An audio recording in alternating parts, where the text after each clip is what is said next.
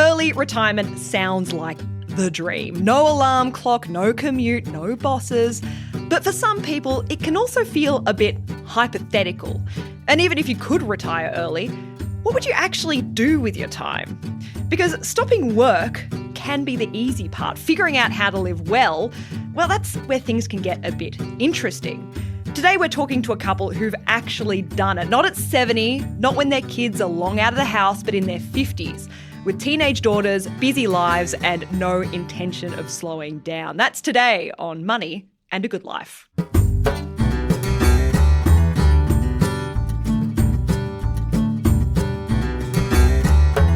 My name's Stephanie Coombs and I'm here with the money guy, Ryan Watson. Hello, Ryan. Hi, Steph. How are you? I'm very excited for this one. So am I, but before we get started, I do need to apologise for my voice. Now, You are a bit croaky today, This is not a big weekend. Now, we're going to introduce our guests, but I first met them through school rowing. So this is cheering on the sidelines down at the National Championships on the weekend. So it's not a big weekend. It's not a Bucks weekend. It was cheering for our girls in the National Championships. Oh, well, that's a good story. That's a good start. Well, let's introduce our guests. We're joined today by Christine Wagner and Steve Kruk.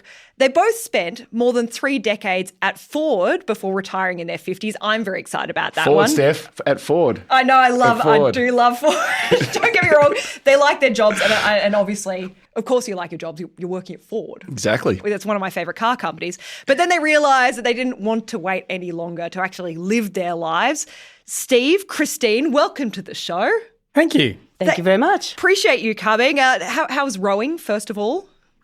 Rowing is fantastic, and we all follow, the whole rowing community follows all of the races across all of the year levels. It's fabulous. Yeah, and we only like winners on this podcast, so we like that, third place, definitely impressive. Exactly right, and they brought their A game, so which is good. Amazing. Now, let's talk about why we're here on the podcast. You both had successful careers and you liked what you were doing, obviously. You're working at what I think is one of the coolest companies. Why'd you walk away? Well, firstly for me, I got sick. And until that kind of happened, I wouldn't have really considered retiring. I didn't actually have an end date. It would have just been one of those things out of habit that I would have kept going. I loved my job. I loved the company. I'd spent 34 or 33 years there. And then when I got sick, I happened to have an interesting coincidence. I had a co-worker and when I was about to go in to have a little operation, only minor, but that person died on the morning of that operation. And he was 62 years of age. His kids had grown up. And because I'd been unwell and going in for this operation, it set off a chain of events, and I started to think about the decisions that he had made that allowed him to keep going. And this person got sick in December. I gave them a farewell in April and they were gone in July. And so I'm in July looking back, thinking he was 62. He could have retired 7 years ago.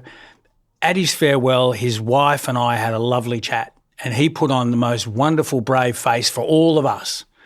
But the truth is that it was hollow. There was no future and his wife was facing a future alone. And all of their dreams about their, lives together after work are gone. And I vowed that morning before I, went in, I vowed that if I could get myself organised, I would be out because I didn't want to make the same mistake. So mine wasn't planned. It was very much here's a little moment, a pivot, and having those two things happen together were really impactful for me. Christine, were you told at this time that that's what Steve was thinking? Absolutely. I mean, that health incident was a shock to both of us. And I'm 7 years younger, so it set off a chain of events for him. And in fact, I went back to full-time work, interestingly, at a similar time. And then we had, over and above Steve's side of things, we were starting to think about retirement. And it's interesting because I actually had a plum job. I had great clients. I had a fabulous team. I had really interesting work projects. And then when our daughter was 10, she had a major medical moment as well, which was an 8-minute seizure at the schoolside pool. Oh, my God. And that set off another chain of medical events, resulting in brain surgery for her. And with that, I think there was a real sense of, you know what, you've only got one life. You've only got one opportunity to do a great job with your family and invest in each other. And I think that just made me realise that it doesn't matter how much you enjoy your job. There is just much more to life to enjoy. And that really sowed the seed for me for a very proactive piece, because I'd always had interests outside and I was happy to pursue those alongside my husband. Were you worried about money at this point? Like, was that a big part of the conversation, or was it actually more about being worried about the lifestyle change that was about to happen? You always have to think about the money, because you've got to figure out, well, how do I fund this lifestyle? So my medical event meant a long recovery, so I was away from work for months. The balancing item, though, and probably what was more impactful for me, is I happened to be listening to something or somebody, and they were introducing a conference where a lot of people from different workplaces had come along. And unlike the most introductions I'd heard, this particular person started talking about that we're together for 4 or 5 days. But he put it in a context, and he was a not dissimilar age to me. And he put it in context that if he could get 80 good years of life, healthy, well, proactive, right, versus his current age, it was 20 years. And then he started talking about 20 years as 7,300 days. And he told the assembled group, you use your time any way you like. You can waste it, you can get the most out of it. But he goes, in the broader context of life, not just this class, what are you doing with your time? Do you value your time? It had a big impact, given the context was ill health, Peter and my friend, my colleague, not passing away. There are other people's influences in your life as well, but that 7,300 days really struck with me because of my similar age. And it's very interesting to look at your life in that context, as opposed to if it just keeps going, to the fact that, well, it doesn't keep going. What if I don't get to 80? What if plenty of people don't? Yeah. If I get more, bonus, but if I don't, am I valuing my time? And that's when you start to go, yep, money's important, but time is also important. What about a balance? And of all the people I work with, I don't think any of them would accuse me of having a great work-life balance. I loved my job. I loved my work. I gave it all I had, and other things were compromised because of that. But these events kind of got me to stop and pivot. Yeah. So if 40 or 45-year-old Steve was in that audience, would he have been listening the same way? Would he have had the same perspective? Because it seems like we all we're all not being told, but there's always a narrative but it seems something that strikes me is your willingness to listen at that stage. I think the health event brings it into really sharp focus. And I wasn't 100% sure how well I would be and whether I could get myself back to, a very robust, I wasn't someone who took any time off. I'd had the luck of having almost, despite my eating, drinking, lack of exercise, all the, traveling the world, doing all the wrong things, seemingly, not even suffering from the red wine flu after a big night. I was indestructible. And then all of a sudden at somewhere around my mid-50s, I'm not indestructible. Yeah. And that in itself is a bit of a fright. I think that I didn't have these. There might have been cloth ears because I didn't listen to anything before that. It wasn't until the health event gave you that clarity to go, actually, this isn't. This doesn't have to end well. No. If I don't figure something better out, it may not end well. You asked a really interesting question at the beginning, Steph, around the money, about how did we know. And I think one of the things that Steve's just expanded on is the sense that time is a resource and money is, of course, the other one. We did have the benefit of both working pretty much full-time for a very long time. So by the time this occurred for him, he was 30 years full-time. We only had our children relatively late in life. So I'd been 25 years or so full-time. It had been, we had a lot of work behind us. We had been disciplined in our investments.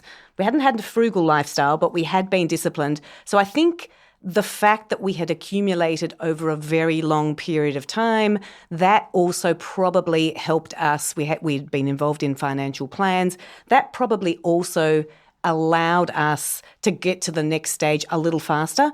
And we chose not to ignore Steve's health. We chose to lean into it and go, okay, now we're going to have some hard conversations about what life looks like, particularly because we had young kids and we had an obligation to those as much as anything else. Yeah. It's confronting, isn't it, the thought of 7,300 days.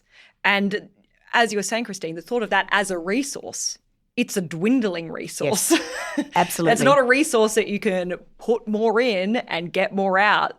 That is a finite amount. I think a lot of people would find that extremely confronting and just want to avoid talking about it forever. When you're talking about your retirement, do you find that people shy away from that conversation? All the time. I think the 7,300 days is really confronting. That's what got my attention. Mm-hmm.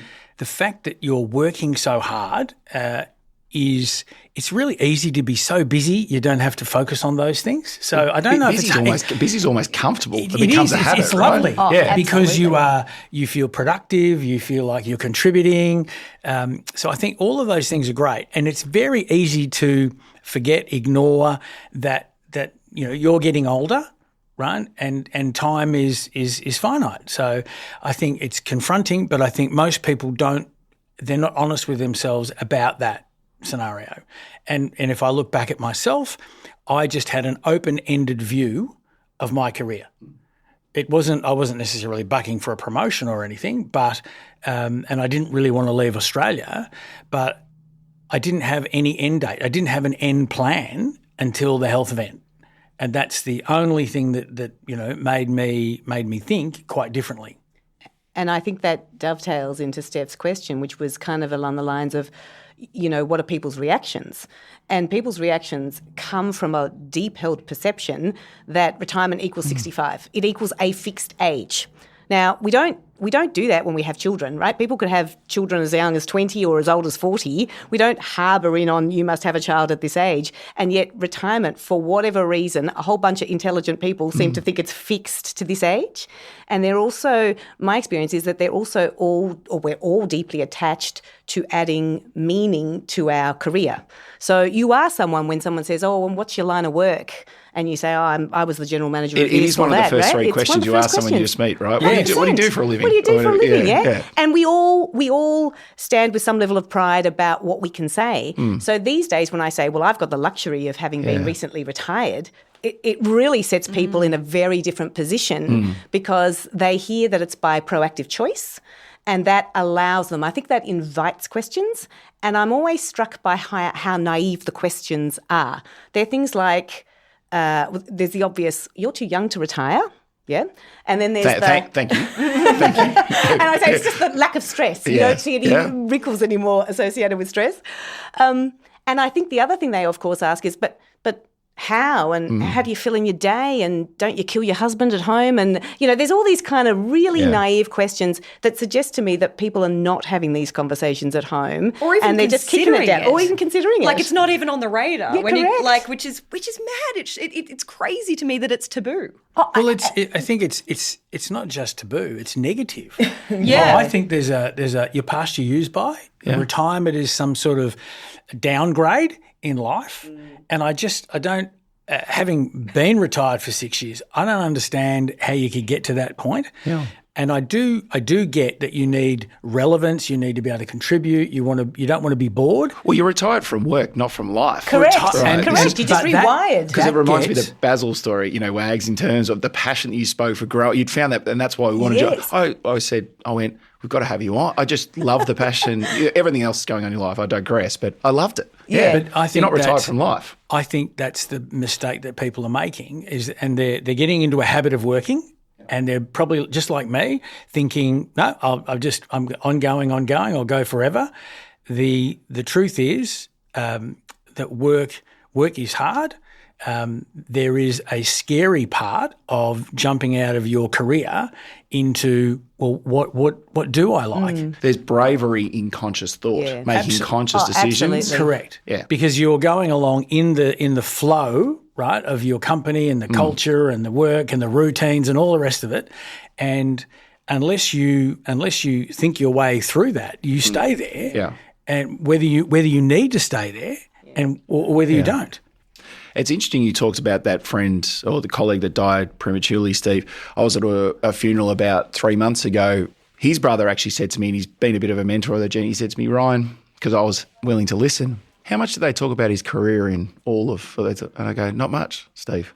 They didn't talk much about his work, did they? I go, I hear you, Steve. Another Steve. Yeah. But if that was my questions around if you're willing to listen to what people around or what's actually being said. I mean, it's so easy to get caught up though in what you're supposed to do, and if everyone's doing it and no one's questioning it, and you're all just moving in the same direction, you don't think to actually be like, oh wait, is this what I want, or is this just like the easy, well-trodden path? And I think there's no. It requires education. This I wouldn't want anyone to think that we just got out of our jobs and our careers willy-nilly. My ill health then set off how do we afford this? How do we go about setting ourselves up so we can have a different life? A different life to most people, but I don't want what most people's life. I want what can we get for the best? I don't think the game of life is won by the person who dies with the most money in the bank. The game of life for us was how do we get as much fun? We had to acknowledge that our children aren't going to be children forever. This is their childhood memories. Are we making the most of those? So if we're going to retire, how do we do it? And then setting up, you need advice, you need a plan, a very, very clear plan. Can we do this? And so it's not just a jump out of the airplane and then think, oh, I forgot my parachute. We started to build a very clear plan on how we could do it for ourselves, given what our expectations were, given our current position. And what's interesting is that we had to do a lot of learning about what was our current position and how could we reorganise our assets, our available resources to be able to fund a lifestyle that we wanted. Yeah. And none of that was in my day-to-day or our day-to-day before this event. That was critical that you were able to do that thinking largely during COVID when you were already off and I was working in the study all hours. I think that was a really critical piece of thinking because, of course, to retire early, you're at least over 60 now, but I'm under 60 and can't access my super. So we had to have a plan to restructure assets to enable us to fund that lifestyle. So there were some really important elements and you put all of that in place. Have there been compromises? Are there things that you're not doing now that you were doing when you're working that you miss? Not from a financial perspective. In fact, we're doing more things than we would have otherwise. So in our first year out, we just went, right, this is hardcore. This is our first opportunity to go overseas. We're taking the kids to Europe. We're off to Italy and Switzerland for a month. I'd never taken the kids skiing. We're going skiing. We did that twice last year. So, it was almost like drinking of the fire hydrant of travel joy. Yeah, it was just, we were going hardcore. Yeah. So I can't say there was anything that I would say we've missed because financially we've made the decision to go early. There are, of course, things that you miss. You miss, or you have to consider, you do miss the friendships or the collegiate kind of stuff, the shared goals. It's more of a matter of finding different ways to replace that, I make a really proactive effort to go and see my friends from Ford, and now the relationship is different and in some ways much more enjoyable because I just get to enjoy them for the people that they are without having to hear it's necessarily. It's not the email, it's not the meeting, it's not the next deadline, right? It's not all those things. It's like, just chasing up, like circling back. Circling back to that email. None of that. It's like, did you get my last? As per my previous email, my God. Yeah. And you get to meet up and just gossip as well. That's we the do. thing. You get all the fun, juicy details without any of the boring dross. Exactly What right. I think is interesting is that the way I ran my career life is exactly the way I run my retired life. So, Ford has I'm not giving away any secrets, Ford has a top 5. What are the 5 things you want to achieve this year? I still need to have I need that comfort of those work frameworks that help me stay focused because retiring is not doing nothing. Retiring is doing what you like. So the top 5 is really helpful to me to go, what, if I think about last year, we had a series of big things that we wanted to achieve. Holiday was one of them, some landscaping at our house and lots of different things. But they were great things to get done and you check them off. And that gives you a bit of a framework of what you want to get done. And purpose. Yeah. Absolutely. And the hard part is, if you're so busy working and you're wondering about what I'm scared of retirement because I don't know what I'm going to do.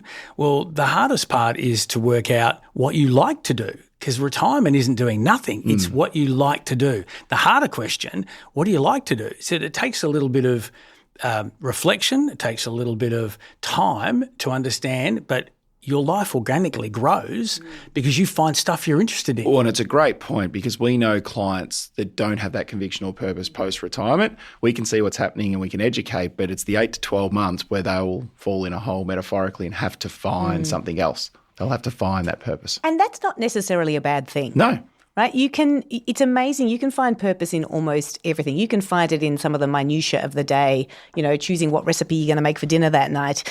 An elderly neighbour that you might have a coffee or whatever else it is. Exactly right. It starts small. Walking the dog during the day as opposed to late at night because that's the only time you found to do that chore, so you can do, it's funny. It can grow organically. And then, of course, if you're like, I was a bit lucky, I'm going to say in that sense. I always had a whole pile of things on the side. I always had a musical instrument on the go.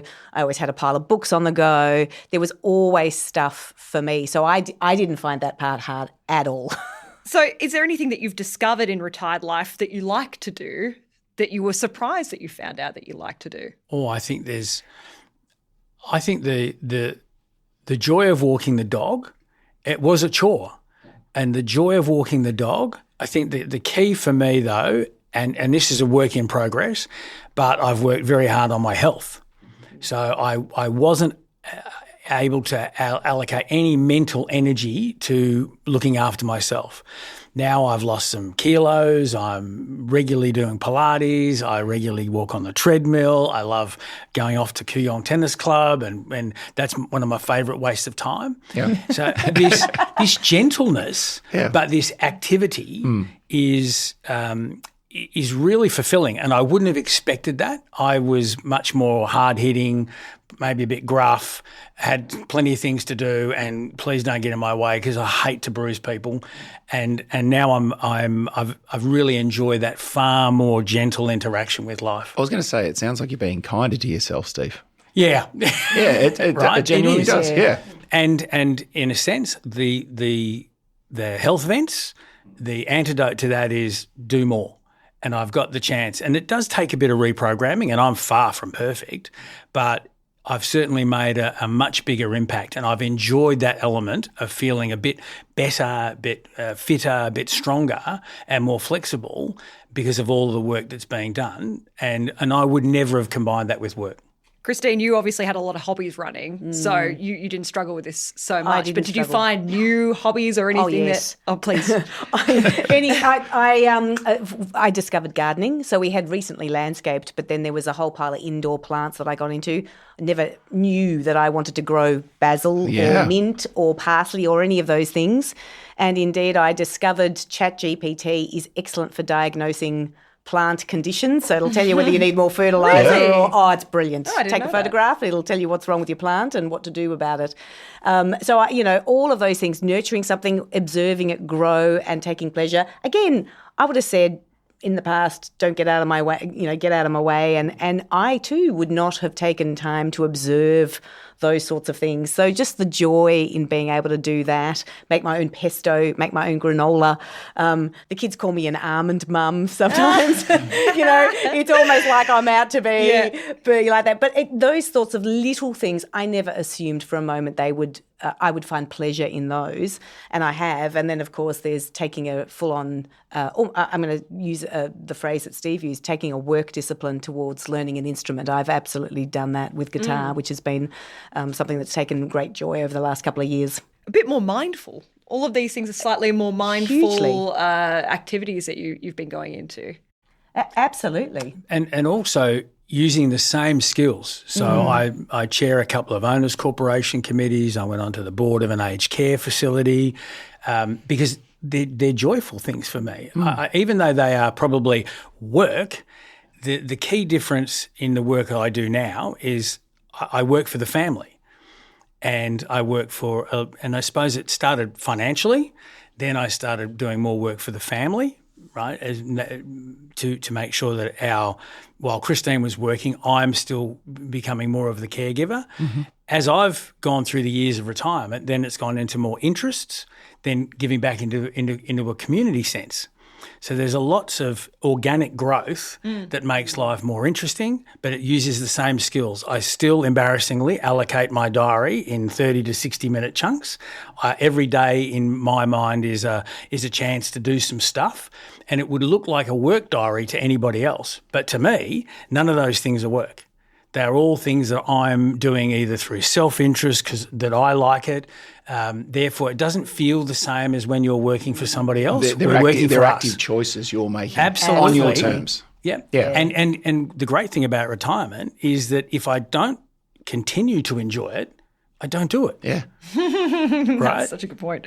Yeah, there's not like, hey, checking up, have you done that thing that you said you were going to do? It's like, no. No. And I don't want to. And it's okay to move the meeting that you've ran out of. You said you were going to do something today in your diary, just move it to tomorrow. Yeah. Yeah, or and the no next one's going to, day. it's like, oh, It there's a doesn't- clash. I'll get to it. Yeah. But an opportunity to have lunch with friends has come up. That is the priority. That's how you can manage your life. I like the fact as well that you start to find joy in dog walking, because that to me is, it shows that when you're in work mode, it is all just rush. You don't enjoy the things like going for a nice meandering walk and actually literally at times smelling the roses. And then when all that sort of tension and that urgency washed away, suddenly you're like, oh, this is actually a pleasurable activity. Absolutely. Incredible. And sometimes that's when some of the best conversations can happen, because we now can do it. We used to never do activities like that together. It was like, you do dinner, I'll take the dog for a walk. You know, we divide and conquer what were seen as chores. Yeah. And now we get to treat them as opportunities to do something that we enjoy. And in the case of the dog walk, we now enjoy often doing that together. And that gives us an opportunity for a conversation that we might not otherwise have had. So, Wags, if you could go back 20 years and speak to yourself, what advice would you give yourself? Well, the first thing I would say is invest in your super early. Yeah. it's your Not you two. That's another one. I thought you were a convert, Steph. No, you're a convert. It's an essential ingredient, Yeah. and there's absolutely no doubt that affords a lot. Yeah. I would say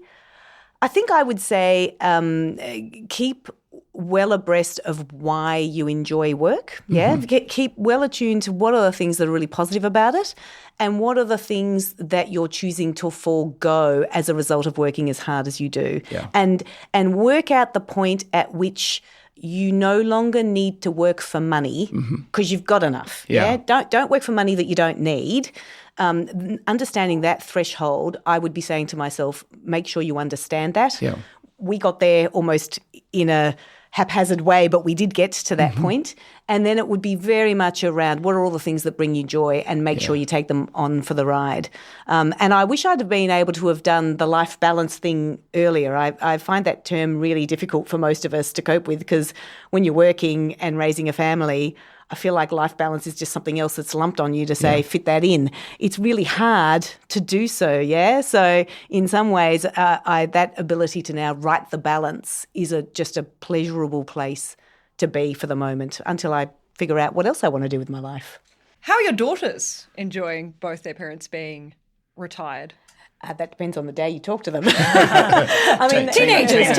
Yeah. I mean, overall, they would say it's much better that you're much more chill. Yeah.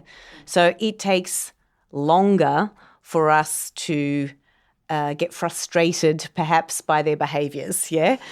Teenagers. So, yeah. So they would say, by and large, we are more relaxed than we were, and we are easier to talk to we're certainly always more available to drive them wherever they need to go. And they would say, nowadays it's not you that has to get up off the dinner table first and stop the conversation. It's kind of us that are pushing to get upstairs to do homework or other things. So I think they see some enormous benefits associated with it. What would you add to that?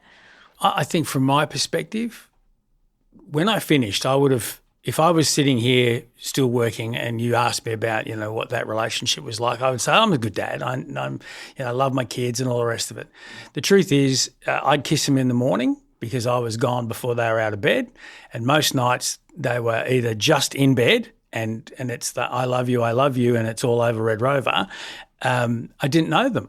And stopping creates this whole new awareness that, I didn't know what their preferences were. I didn't understand so much about the little things in their lives. I've met so many men who've said, I was so busy when the kids were little, I was always working. And I can say, proudly, I hope my kids remember that I love being at the netball games. I love being at the rowing. I don't want to miss any of those activities because they become important to me. And when you've got a 15, soon to be 16, and a 13-year-old, there's not that many years of childhood left. And I'm really grateful for the chance to just be with them. Yeah. Someone told me a long time ago, Steve, that kids spell love, Time. So it's like in terms of time spent. Yeah, and I know who else is going to be happy is the dog. Oh, Dog's getting. Dog's never been fitter. Yeah, exactly. Yeah, dog's never been fitter. It's like, oh God, it's that time again. It's like, oh jeez. But clearly needs to be fed earlier. Based on an earlier comment. Do you now sometimes find that you're busier than you were? Constantly. Yes, and everyone I think worries about retirement and having nothing to do. The truth is, I'm still busy, but I work for the family, and as my interests and as the work for the family, and I mean really simple practical things, the things that we probably should have done but didn't do, and maybe this is the same stuff that other people have as well, but are our wills up to date? And because we're older parents, did we have a trust in place for the kids in case the worst happened? When was the last time I looked at our insurances and bits and pieces? So there's a whole lot of things that you should do for your family that we didn't prioritise, that we were able to get through. And I think you go through that sort of financial phase, then it's the governance phase, and then it all takes time. It all takes energy. If you're lucky enough, you want to do a renovation, things like that, to some people might be the worst nightmare. That I get out of bed to do a renovation. That's joyful because you get to live in your money. Yeah. I really like that. I think what we're describing there is all of the life admin and also a bit of a spring clean. So I can't tell you how many times during our lives we've said, I'll get to that later. I'll get to that file later. I'll get to that box of photos later. Or I see that needs to be cleaned up over there. I'll get to it later. And if you've ever had the experience of cleaning up someone's home, like my mum died a few years ago and we cleaned up the household, my God, there was a lot of stuff just hadn't been dealt with. And so that kind of, the opportunity to do a spring clean of your life admin and get to those things, it's amazing how that opens up so many doors and you work out just how much stuff there needs to be done, from the sorts of things that Steve's described through to when's the last time you looked at your pantry and threw out stuff that's beyond the use-by date. It's just extraordinary, the wide variety of tasks that we've come across. I think if I had the rest of my life to do life admin, I'd die with it undone. If I had infinite time, that is the last thing I'd be looking at ever. So, more power to both of you. But in terms of your financial health, having those things sorted out, having an understanding of, am I maximising my tax effectiveness? Have I got my assets in the right spot? A lot of those decisions while you're working, you're so busy, they're quickly, you're shooting really fast. This gave us a chance to be a bit slower, a bit more, dedicated to this task. Intentional, because that's how we can survive financially, by being clever about how we use our assets, how we manage our assets, what returns we want, what we're comfortable with. So you're not compromising your sleep. You want to sleep really well, knowing that, you've got your assets structured, you've got your risk and returns about right for you as an individual. But all of that takes time, but it's also a sense of achievement. Exactly. And Steph, I reckon you're selling yourself short. Since we've been doing this show, you've done a lot of I have done a lot you of have done yeah. a lifer. I'm pretty dogged. It's true. It's true. No, I think you're selling yourself a bit short. I have had to do a fair bit of life admin because, like, if you sit in this studio and then you say and get hammered with the same message over and over again, eventually it does sink in, whether or not you want it. I tend to wear people down. Yeah.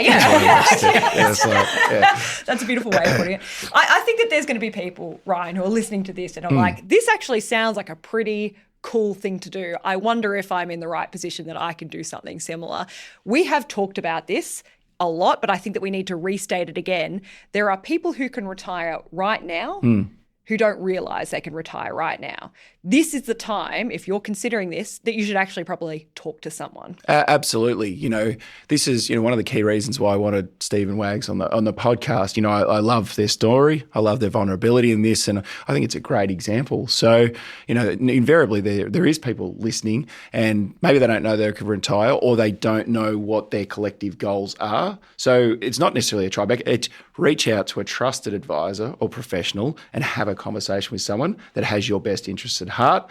Set out the goals, have a look at the financial strategy and explore what's possible. For us at Tribeca, we are absolutely passionate about the good life. And the good life is living the life that your household wants to live and not taking on anyone else's values or anyone else's goals. So that's why it's not the story, but I love this with Steve and I love this with Wags around, this has genuinely got me thinking today, at 45, what do I want?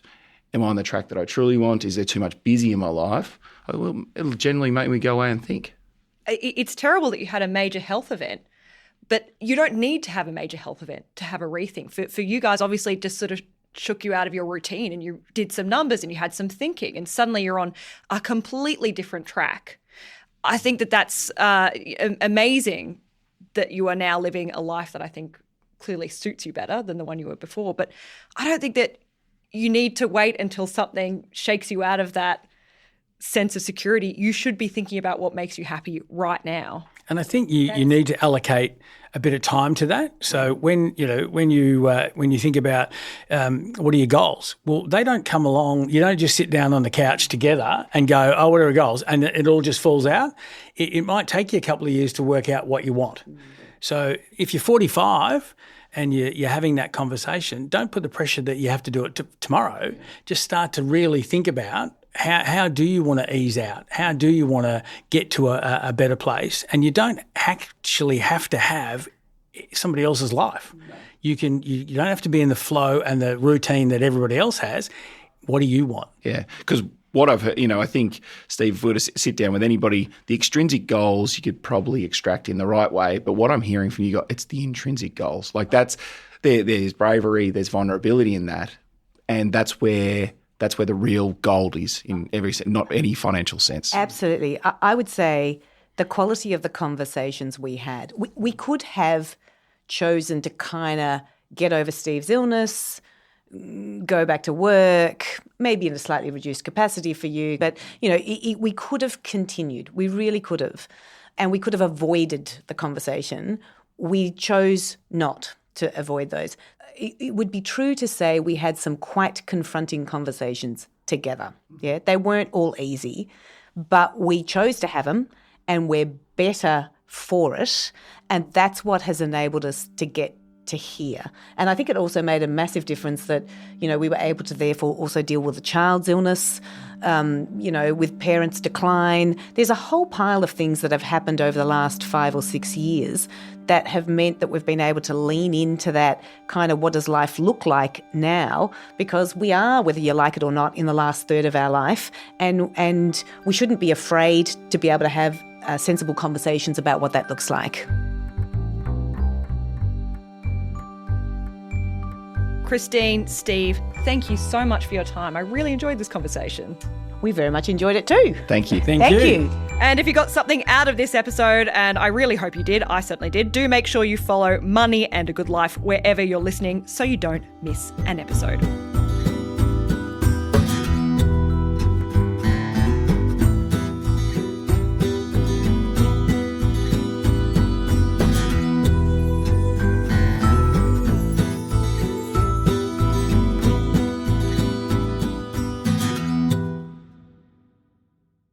Advice given in this podcast is general in nature and is not intended to influence decisions about investing or financial products. Our listeners should always seek their own professional advice that considers their own personal circumstances before making any financial decisions.